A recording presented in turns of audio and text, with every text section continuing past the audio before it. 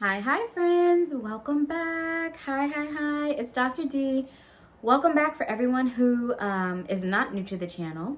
For everyone who is new, welcome to the family. Hi, I'm Dr. D. I'm the owner of Come Alive Coaching and Transformative Services. And then I also have this ministry that the Lord has entrusted to me called Psych and Spirit. So today we're going to do something a little bit different. I want to give a testimony. I want to share some things with you that the Lord has been pressing on my heart. And really, I hope that today, for anybody who is believing God for the impossible, for something that feels too hard, for something that they're like, hey, it hasn't come to pass yet, whatever it is, that this will be the word for you. So if you're losing faith, you're starting to lose faith a little bit, if you're uncertain about how God is going to make good on his word to you, if you're feeling overwhelmed, frustrated by what you see, right? It's very easy to be like, well, God, I don't see anything, so I don't know that you're doing anything, right? Or if you're just super hopeful, you're really hopeful for something big, for something impossible from God, then this is your word. So stay tuned. So for those of you who are like, what's up with the glasses? And she's not her normal smiley self. The glasses are to hide a little bit of the swelling that I have happening. I have a little chipmunk cheek here. So I had oral surgery. I'm perfectly fine. The swelling just hasn't gone down yet. So if it looks like I'm not really smiling or like I'm kind of favoring this side of my face, that is what that's about. But nevertheless, right? This word is not about how I look. It's about God's glory. So I will come on here and I will share that with you regardless of what's going on, long as the Lord gives me breath. So today I want to kind of demonstrate and show you that really God will set you on a path to provide what you never even knew you needed, right? To protect you from what you never knew was coming. So I'm going to share that with you, the testimony about how I got my house, how the Lord blessed me with this house. And I really hope that it will ignite your faith. So today I'm going to share my testimony. If this is a stage of life that you find yourself in, I am definitely going to share some scriptures for you to meditate on as you're going through this journey. And then I'm going to pull out a few key points. No matter what you're believing God for, this is going to be applicable to you. So I love hearing people's testimonies. I absolutely love it. It makes me feel excited and joyful. But there are times, depending on what I'm going on in my life, what I'm going through in my life, that I'm like, that's beautiful and touching. I'm believing God for it, but also I need a little connecting the dots of how, I can maybe stay the course or how I can do. So the first important point that I want to pull out before I even share this testimony, that hopefully you will see in this testimony, is the importance of discerning God's voice while you wait. So again, no matter what you're believing him for, God is going to get you to a place where you can hear his voice and you can discern it. And so that's likely to be part of your path, and don't overlook the importance of that, right? So the importance of discerning God's voice. The second point that I really want to drive home and want to make sure people latch onto while they're waiting for their own promises and kind of waiting to see God move in some things is the importance of following God's lead. So while he's kind of got you on this path towards where he's taking you, he's going to ask you to build up some things, whether it be your faith, your discernment, your voice in speaking out for him, your self-confidence, whatever it is. He's going to ask you to build some things. He's also probably likely to ask you to dismantle some things. So there are probably some things that are holding you back or standing in the way that you may or may not know, right? And so he's probably going to ask you to do that. You're not going to always know how that connects to getting you to where you're going. And you might not even identify that as God putting you on a path to get where you're going, right? You might just be like, what's going on? But trust me, you want to follow his lead. The third key point I want you to kind of take away is the importance of refusing the good enough, right? The just there, the good thing, but not necessarily the God thing, the okay thing, but not the promised thing. Depending on how long you're waiting and how out of your reach you feel like something is, there's going to come a point where it's tempting to just reach for whatever's good enough. To say, well, this is good enough, that's fine. I'm going to encourage you not to do that. And when God makes escapes for you, right? If you find that you kind of reached for that good thing and you're kind of on a certain path, he'll always provide escape. So when he does, get out of there. And you'll see that in this testimony as well. And then the last important point that I want to pull out before I jump into the testimony is the reassurance that God won't let you miss what is for you. I have seen in myself, right? Myself, in my friendships, and, things that I see on YouTube or whatever, that there can start to become almost this frantic concern that, oh, I made one misstep, or, oh, I didn't pray long enough, I didn't fast this way, or whatever, God's going to snatch this back, I'm never going to get it, whatever he promised me isn't going to come to pass, or I didn't pay attention to this, did I miss it, did I miss it, did I miss it? God is not going to let you miss anything that is promised to you. He will block things that aren't for you, and he will usher you right into the path that he has for you. Trust me, you're going to see that in this testimony. So my hope in sharing this with you, again, it's not to boast or brag. My hope is that this is going to ignite and activate your faith while you trust and believe God for the impossible, for the seemingly too big, for whatever your mind is trying to tell you while you're waiting and believing him for those things. I hope that this will be a word that encourages you. So let's jump into the testimony. See my little crooked smile? Disregard, y'all. So there's two important background pieces that I want to share before we jump into this.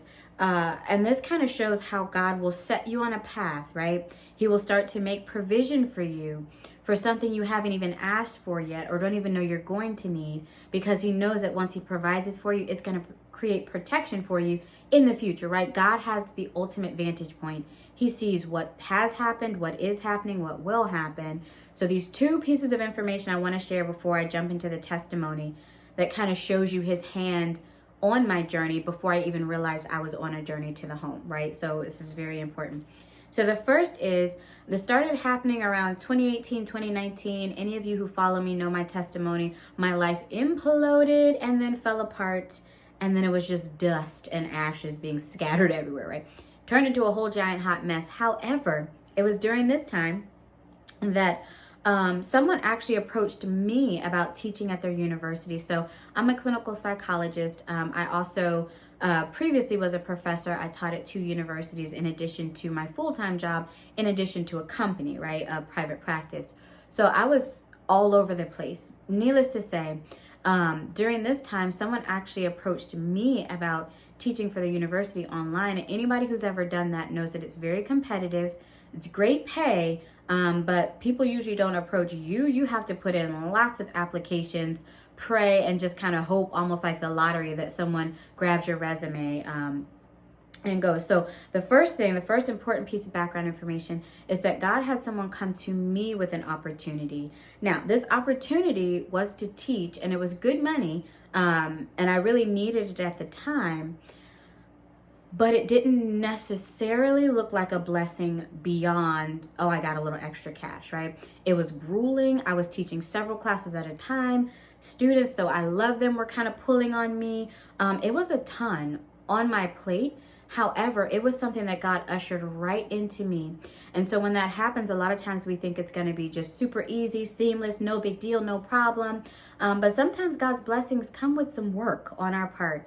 So he had someone bring this position to me, and it was grueling. It was a lot of work. But what I didn't realize was that from this position, in about 18 months' time, I was going to have all the money I needed to have a cash down payment for my house, and to pay off tens of thousands of student loan debts in 18 months.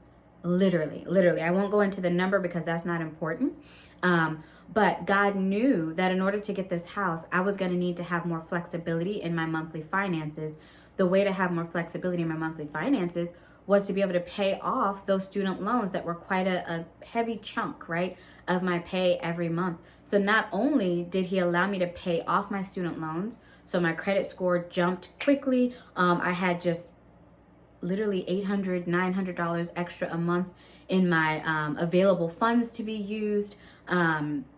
He also went above and beyond just paying that off, but also allowed me to make enough money to be able to pay down my down payment for my house in cash without having to take a loan or roll that into my mortgage payment. So again, I didn't see it at the time because it was so much work, and I saw it as a blessing. Okay, I'll get some extra cash, but I didn't know what God was doing with that. I didn't even know that he had started me on the path to what I would eventually ask him for. I hadn't even asked yet, right? What I would eventually ask him for, and that he was doing that on my behalf. So that's the first background piece of information. The second background piece of information is that God also had me join a new church, and he had me start to work on the prayer team there. So I met lots of great folks. I was able to start interceding for folks. God really unlocked a lot of gifts in me that were dormant. I didn't know were there. But the main thing was I really got to know some great folks. I got to see the power of prayer. And as I progressed through this testimony, me getting the house that I got, sure, God could have worked it out another way, but they were integral to me getting the house that I got the way that I got it. So keep those two bits and pieces in mind. The first thing is someone brought that job to me. I didn't ask for it, right? It looked like a lot of extra work, but God used that to set the stage, the first few steps on my path to be able to kind of do this grand reveal of what was going to happen 2 years down the line that I didn't even know. And the second thing was he got me in position for a divine appointment. So he got me in position at my church on the prayer team to meet some amazing folks, to learn the power of prayer, to unlock some gifts in me, because when the time came, there was one pivotal moment with me getting the house that he did not have for me versus me getting exactly what he had for me, that they interceded, they stood in the gap. It was a divine appointment for sure. But I would have never had that had I not listened to him, taken the position, made the money, joined the care team, got to meet these individuals and all of that. So yes, those are two pieces of background information before we jump into this, to really kind of show you you've got to be in step with God, even if you don't see how it's going to align you where you need to be, even if you don't know where God is taking you. Because at this point, I didn't have a desire for a house. It wasn't even on my radar. Okay. So with those bits of information, all of a sudden, somewhere in 2019, 2020, somewhere up in there, I don't remember exactly the time, I got this overwhelming desire to own a home. So again, two random bits and pieces, got a new job, making some extra cash, joined the care team, the prayer team at church, didn't think any of those things were connected, and then a few months later, overwhelming desire to own a home. I had never wanted one before. But it was overwhelming. I was like, I have to have a home. I really want a home. So I went on the hunt. I looked for months, absolutely no success. I was starting to get frustrated. I was starting to get overwhelmed. I was starting to feel like, well, I guess I'll just take anything, right? Because I really want a house. Like, I know I have a desire for a house, but I'm not quite finding exactly what I'm looking for. And I'm tired of looking. I'm tired of waiting. So let me just grab something. So right when I got to that point where I was feeling like I'm just tired of waiting, let me just grab something, I found one. I found a house, and it was fantastic, right? It was cute and adorable. It wasn't too big to maintain. Now comparing to the house that I actually own, it's a little small, but I didn't know that at the time. So I was like, it's a good size.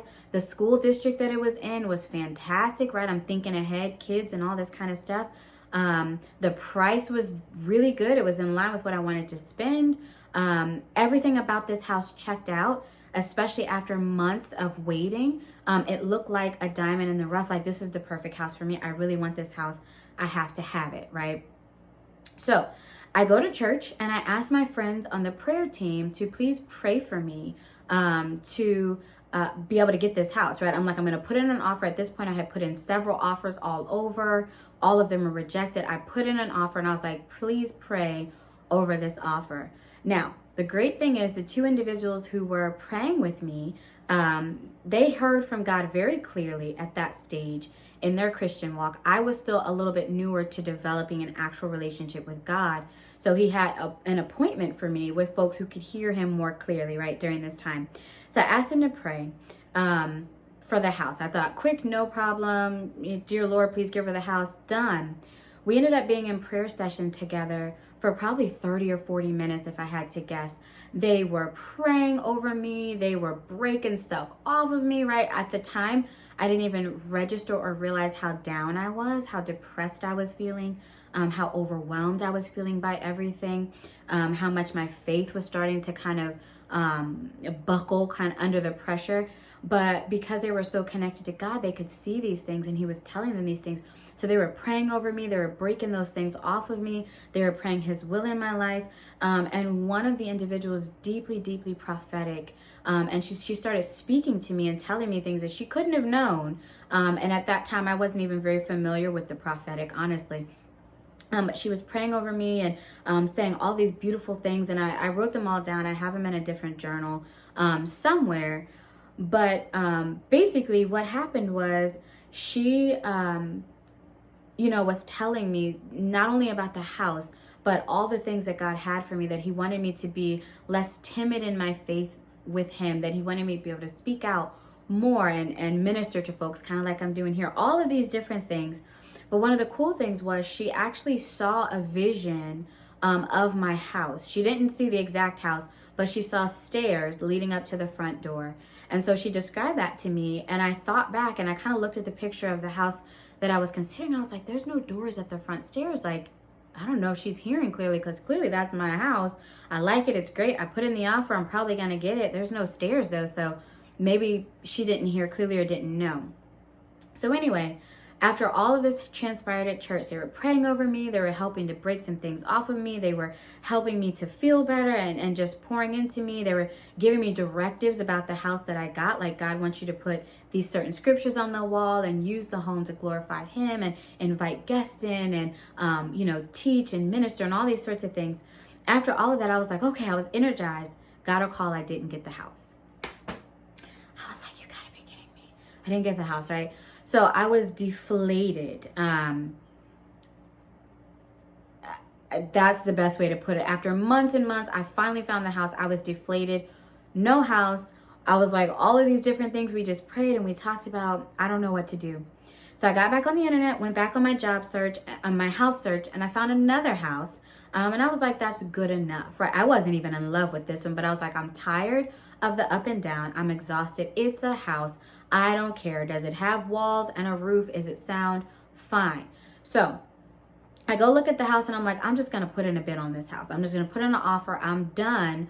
But before I do that, I have to make sure my father lays eyes on the house, because he's going to be the one helping me keep it up and, all that good stuff. So we're driving out. We go see the house. He was, needless to say, not at all impressed. He was like, bruh, really? He didn't say it like that, but essentially his sentiment was like, are you for real? So anyway, the only thing that kept me from putting an offer in on this house, this second best, good enough, whatever house, was that I needed my dad to lay eyes on it. So we're driving and we go and look. He was like, do not approve. No. So we're driving back. And as we're driving back, we see an open house sign. So it's an open house. We pull up, and it was an open house for 1 day only. It was, have you ever heard of that? I've never heard of that. A 1 day open house from 2 to 4. It was a Sunday, and we happened to be coming back from this good enough house that my dad said no on round about 3:30 or so. So we had almost missed it. But again, God's never going to let you miss it. And I was frustrated with my dad. I was like, I told you we're going to see this house. What is taking so long? He was like getting dressed and kind of leisurely. I'm like, we could have been there and back. But if we had been there and back, I might have missed that open house sign. So God knew what he was doing. So my father delayed me, and then we had to get there. And then we're coming back, a 1 day only open house with about 30 minutes or so to spare. And I kept that flyer with a 1 day open house because it means so much to me. We drive up to this house, and I was like, oh, what? Like, this house is nice, right? There's like something on Instagram right now where they're like, this is nice. It don't smell like, anyway. So yeah, so I was like, this house is nice, right? So we go in, and one of the first things I noticed was, to get to the front door, there were 3 little steps. 1, 2, 3. They're tiny steps. It's not a super elevated house. But the first thing I noticed was that I actually had to step on stairs to get to the front door. So I open up the front door, and I'm like, oh my goodness, this place is beautiful. So one of the things that the individual on the prayer team prophesied to me was, she said, the house and everything in it is going to be a gift from God. And so I was like, what do you mean everything in it? Like, when you buy one, it's empty, right? Like, what's that mean? So I go inside. The house is renovated completely, top to bottom, every inch, every crevice, brand new floors. The walls are redone. There's, all these cute little touches. It's completely renovated. I also at the time was dealing with like allergies and asthma and these different things. And I had only ever lived in houses with carpet, or apartments or townhouses with carpet. And my physician had very recently told me, she was like, you really need to see if you can't find a place with no carpet. It would help you substantially. So I walked in, and guess what, y'all? Wall to wall, hard floors, no carpet. I had completely forgot about that during my job search. I was about to go buy a house with carpet everywhere because I just forgot. I don't know why I keep saying job search, house search. I completely forgot. This place had wall to wall hardwood floors. I was thinking about maintaining the house and, what to do if the power goes out and all these different things. This house has a whole home generator. God knew, like, there's going to be times when storms roll through and you're in here, right? I'm going to take care of you until your husband comes. I'm going to take care of you. Whole home generator. So I barely even know when the power goes out. Because I keep stepping like nothing's happened, y'all. And again, this isn't to boast or brag. It's just to say God will think of every single detail, things that you've forgotten, things you don't even know you need, nothing like that. I didn't even want a house, right? But God set me on the path to be able to provide exactly what I needed, and then dropped the desire in my heart, and then came through like a boss. Like, that is how he is. It's incredible. So again, this was a one-day open house. A one-day open house. We happened to drive by a sign. I walk in and I'm like, this is the place. I just knew it in my spirit. This is the place. Before I even finished walking through the house, I was already on the phone with my realtor. Like, we got to put in an offer. We got to put in a bid. It doesn't stop here though. This is just almost like the beginning of the testimony of how God's hand was just intermingled into all of this. So I'm like, you got to put in a bid. I really want this house. So come to find out, the house that I wanted, that I had my friends pray with me and for me over, the bid went in, the one that blocked me, the one that they got, and it was off the next day. So they put in that bid on like a Saturday or something, and then the next day on Sunday, or Sunday, Monday, whichever day it was, that bid went in for one day, and that was it. And so when I say God will block things, he will open doors, he will usher you right to it. God knew that if I had put in that bid, I would have gotten the house. He had someone else put in a bid that blocked me just for one day. They took the bid right back the next day. But that was enough of a window of time to lead me on the path where he wanted me to be, and then showed me that open house sign, walked me right in the front door, right, for a one-day open house during a time that was meant just for me to see it. And boom. So you're not going to miss it. God will block what he needs to block, and he will usher you in where he needs to usher you in. So please don't worry about that. It was literally a one-day bid. And I know that because I was so scared, right, that I wouldn't get this house that I loved so much, that I went back on. Then I was like, okay, I need some backups just in case they don't accept my offer. Let me get some backups. And I saw that the bid was put in, and that for whatever reason it wasn't accepted or whatever. The next day it was back on the market, right? So God will take care of that. I also want to really kind of drive home that God doesn't do anything halfway. I was willing to accept whatever house I could find, but God said no. The whole time I was running myself in circles, looking for this house and looking for that house and looking for this house, he had folks in my house that I currently own decking it out, right? I didn't have to do a bit of work. I didn't have to paint. I didn't have to rip up carpet. I didn't have to do anything. He had people while I was sleeping, while I was worrying, while I was searching the internet, while I was doing all of this stuff. He had people in position that I didn't even know or see, taking care of everything that needed to be done here. And so again, be reminded that when God moves in your situation, he moves in ways that you won't even see, you won't even know. He moves in ways that it's never going to be halfway. It's never going to be good enough. He's going to take care of everything, every single thing. Not only was there, wall-to-wall hardwoods and completely renovated and all that kind of stuff, God gave me room and space for a prayer closet. I'll show y'all my prayer closet one day. I love that space, but I have room for a prayer closet. I have a little space to put my gym equipment because I wanted to work out. I've got a little space for an office setup. That's where I'm at right now. I'm in my office, but just more than I could have ever asked for, because I was fine with a living room, a bathroom, a bedroom, and maybe like a dining room. I was fine with that. but God gave me more space than I could have asked for. Now, once we got to the bid part, we were able to negotiate, and they actually came down on the price about $25,000. So again, this house completely renovated, all these bells and whistles, all these different things. There was no legitimate reason for them to have to come down. But again, God favored me. He knew what he had for me. And they actually came down on the price about $25,000. And then the other thing is, this was happening around the December timeframe, November, December. And I was like, you know what? I really want a house for Christmas. At that point, I had been looking for several months.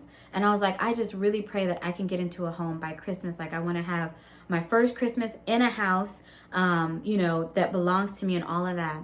When I found this house, it was about, I think, like 20 days till Christmas or something like that. No, 25 days till Christmas. It was right at the end of November, early December. And I remember my realtor saying,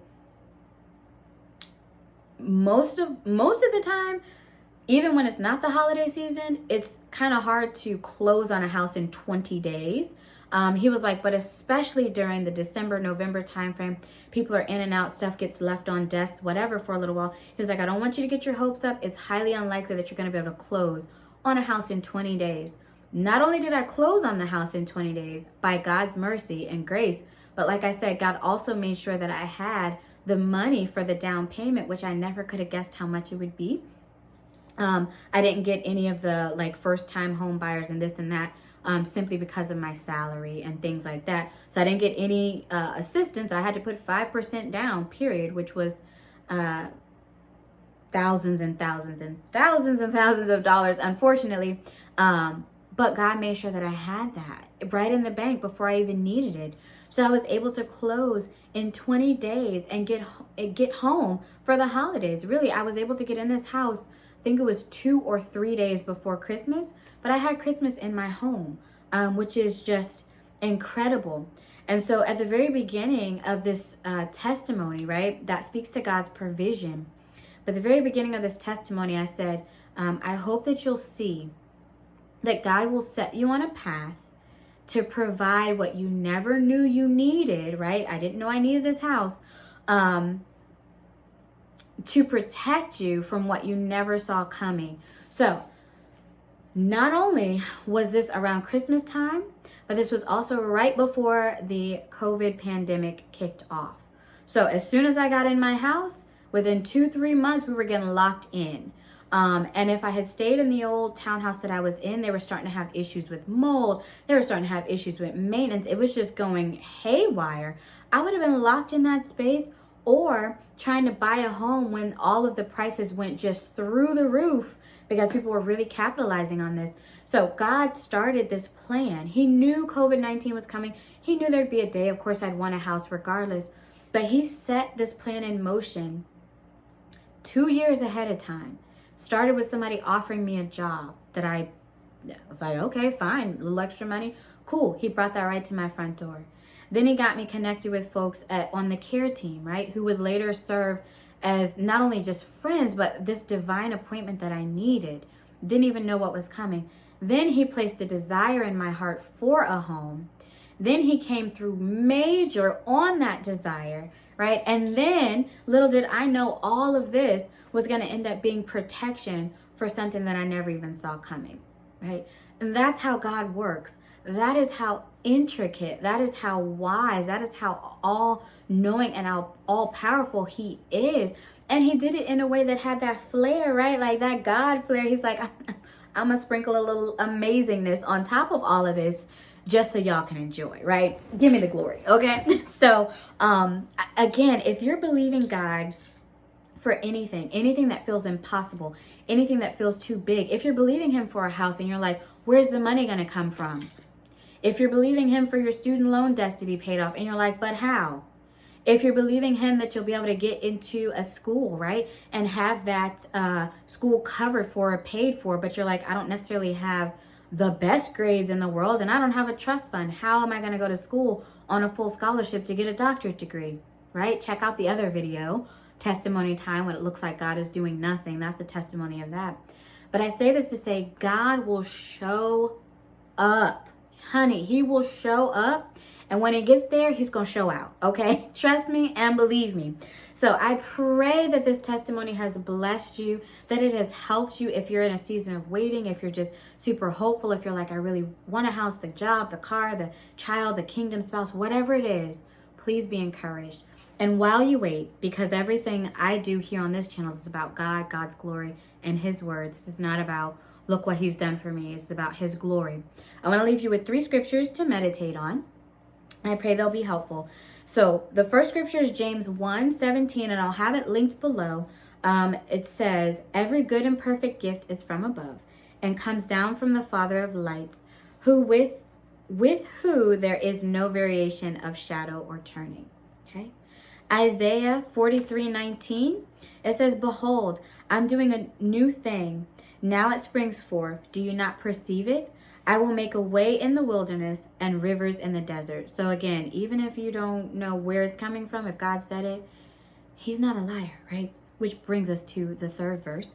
Numbers 23:19, God is not a man that he should lie, nor son of man that he should repent. Has he said, and will he not do? Or has he spoken, and will he not make good? So I pray this blesses you. I don't want this video to be too long. I could just seriously unpack this, but I hope you got the gist, the highlights of the testimony. And I pray that God will continue to keep you, that he will bless you on this journey ahead. When these things start to come up, or you start to see that path being laid out before you, please pop by this channel. Please, leave a testimony. Please share it. We encourage folks by our testimonies. Please share this video if anybody out there is struggling. Let them know that Dr. D doesn't always have these glasses and this big old cheek. But again, about God, right? So I love y'all. Be blessed, and I will see you next time.